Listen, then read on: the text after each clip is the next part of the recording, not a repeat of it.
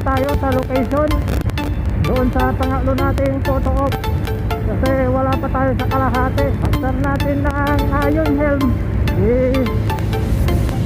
sa mga taram na naman tayo.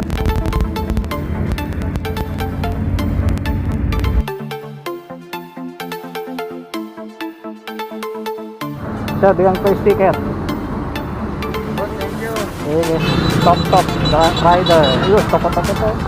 So ang total na tinakbo na natin mula kaninang alas 4 is 250 kilometers na pala mga ka-idol. Mas malayo pa yung mararating ko sa 600 na gas. 300 kilometers Pangasinan Loop.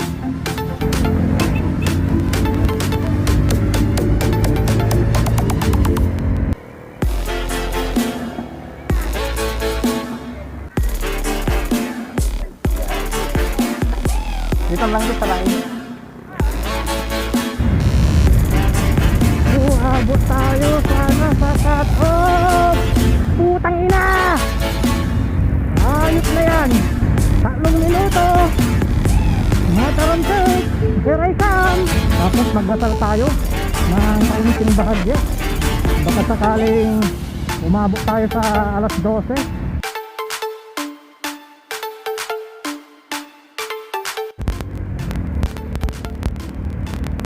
Alright mga ka-idol, so on the way na naman tayo sa Iron Helm. Doon yung next photo natin mga ka-idol, sa mga bilihan ng helmet at riding gear. So 15 minutes na lang nandoon na tayo sa location doon sa pangatlo nating photo op. So time check natin 8:30. So 4 na oras na yung nagagamit ko doon sa dalawang checkpoint na pinuntahan natin mga ka-idol.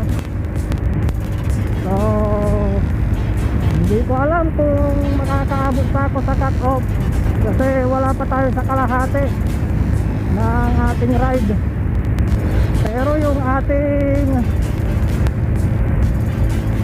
nagagamit na kilometer is 200 kilometer na mga ka-idol. So 8:30 na mga ka-idol, hindi pa tayo hindi, nag-almusal na pala tayo sa bahay kanina mga ka-idol, pero nagugutom pa ako. Siguro sabay ko na lang sa merienda kung sana ko aabutan ng gutom. Siguro sa mga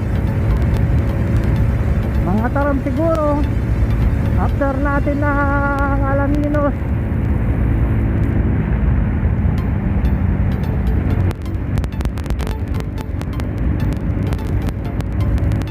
Natin ng iron helm sa mga taram na naman tayo mga ka-idol. So mahigit 1 oras na naman yung biyahe. So hindi ko talaga alam kung aabot ako sa finish line ng alas 12 ng hapon. So kahit na matatok man ako, basta makarating ako ng safe doon sa finish line para i-claim yung mga previous natin. So itong Iron Helm mga ka-idol dito sa May Alaminos isa to sa sponsor nitong event na to.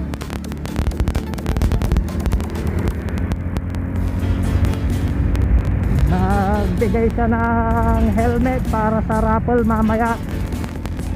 So may paraffle pa lang magaganap mamaya after nitong ride for atas namin. Siguro umpisahan after lunch yung paraffle.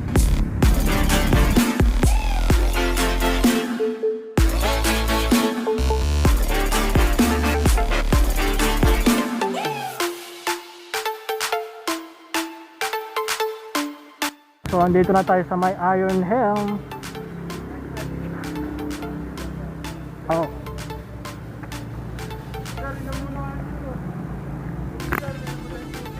Sige, salamat. Cesar, 1, 2, 3. Sir, bigyan ko yung sticker. Oh, thank you. Sige. Larga na ako. Ha? Una na ako. Ingat sir ha. Sige. Salamat sa ano, patubig, tapos ano. Tapos ng ano, isa pang destination. Sa 5 pa yung pupuntahan ko. 5 pa? Mga taram. Tapos na kasi inuna ko yung Dasol, tapos Bulinaw, tapos dito. Handa, hindi na rin kayo. Wala na doon. Walang handa. Pa doon na ako. Mga taram, Bayangbang, Manawag, tapos Pundaligan, Santa Barbara. Sige pa, salamat. Boss, ingat. Sige. Ay, putang ina. Alright mga kaisor, so tapos na tayo dito sa third photo ops natin. Top rider. Uy, stop.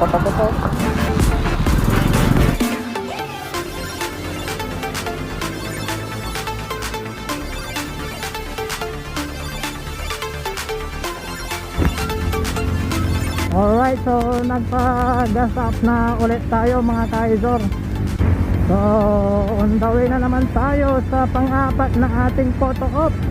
Sana kaya pang umabol ng 12 dun hanggang sa finish line.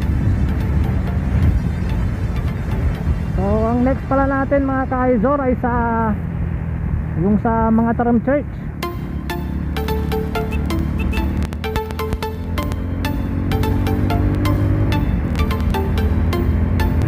So sabi ng mapa is 35 kilometers, ay 35 minutes pala mga kaisor yung biyahe natin. So past 10 makakarating na tayo doon. Time check na natin 9:40. So 10:40, 2 hours and 20 minutes na lang mga kaisor. Cut-off na tayo.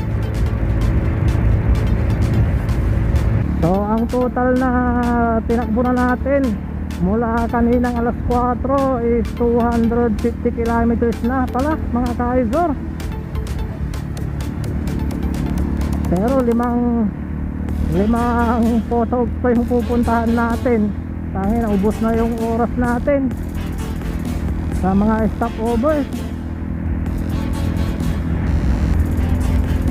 Uuhaw kasi ako mga kaisor, kaya grabe sa sobrang init, kaya panay yung stopover ko. So itong 300 km ride for a cost mga kaisor is tinry lang natin ma-experience kung ano ba yung mararamdaman natin.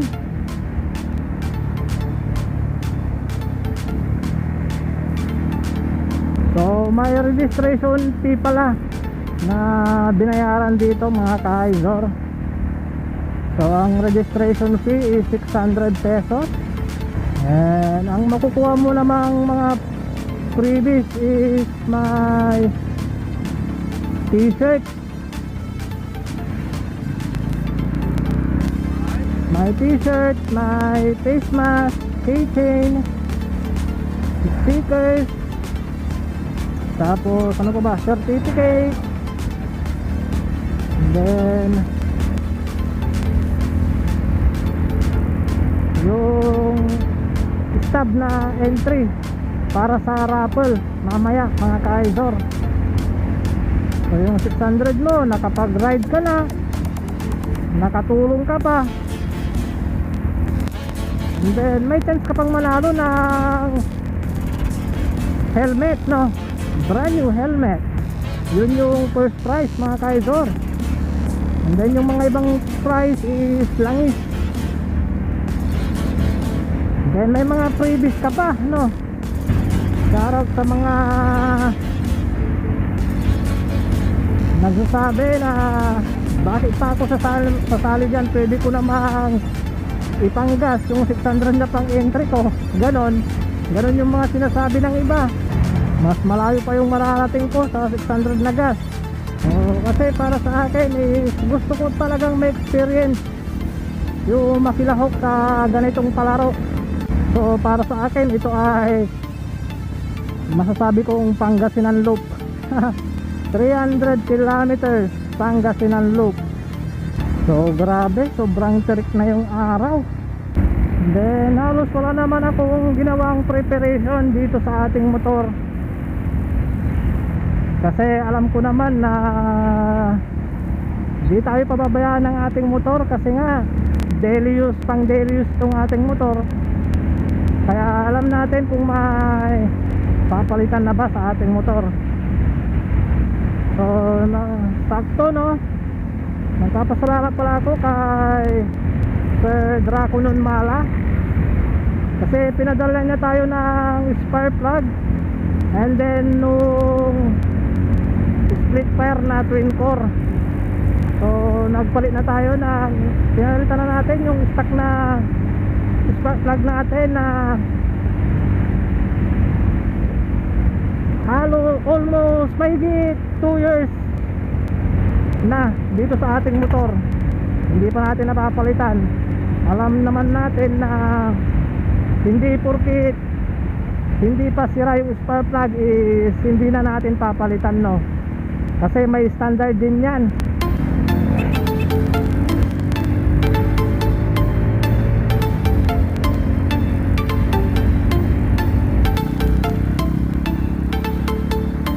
So andito na tayo sa bayan ng Aguilar, mga ka-Aizor. So hindi ko alam kung dito na tayo kakain o sa mga tarim. Pero nagugutom na kasi ako, mga ka-Aizor. Kain tayo dito.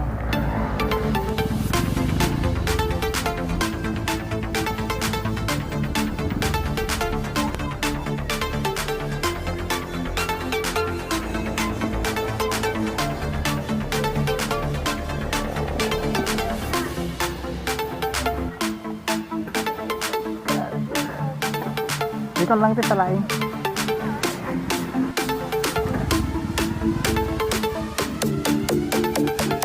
Alright, so tapos na tayong kumain, mga ka-Aizor.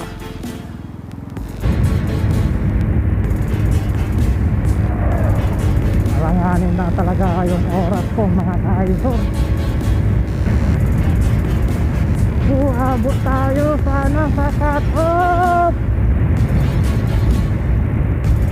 Tangina, grabe na yung tiga ko. Mabad na yung tiga ko. Tapos hindi tayo pala aabot sa cut-off. Pero at least sumubok tayo, di ba? 274 kilometer na yung natatakbo natin, mga ka-Aizor.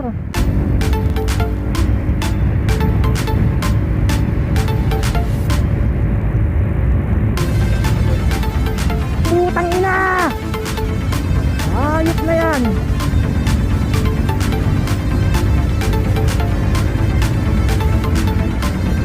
Lapit na tayo sa church ng mga tarim, mga ka-Aizor. 3 minuto, mga tarim church. Here I come. Tapos magdasal tayo ng kaunting bahagya. Baka sakaling umabot tayo sa alas 12.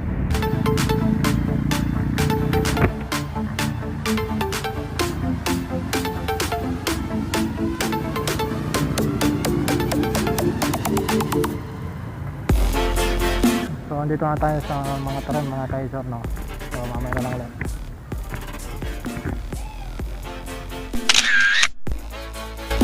Lumagpas pa tayo.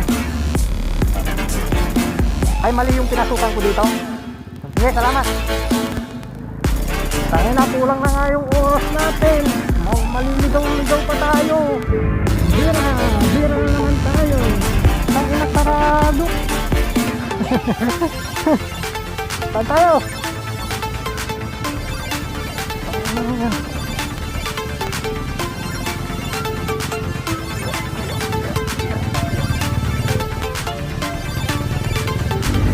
iwan na tayo. Wala na, cut na talaga tayo mga ka-idol.